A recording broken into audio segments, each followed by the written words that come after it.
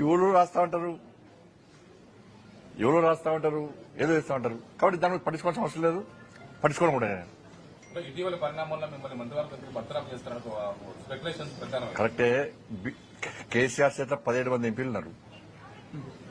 కేసీఆర్ దయాదక్షిణ మోడీ ప్రభుత్వం నడుస్తుంది పాపం. కాబట్టి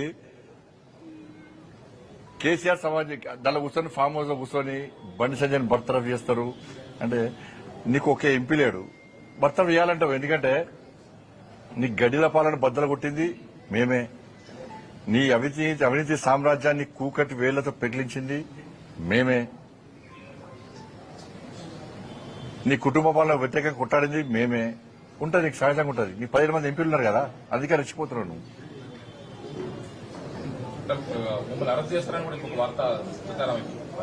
ఇప్పుడు అన్న ఈ కోర్టులో కేసు నడుస్తున్నది, కోర్టు పరిధిలో ఉన్నది. ఇప్పుడు ఒక్కరు గుర్తుంచుకోండి, కన్న కొడుకును ఓ తండ్రి పోలీసులకు స్వయంగా అప్పగించినటువంటి సందర్భం ఏదైనా ఉందా?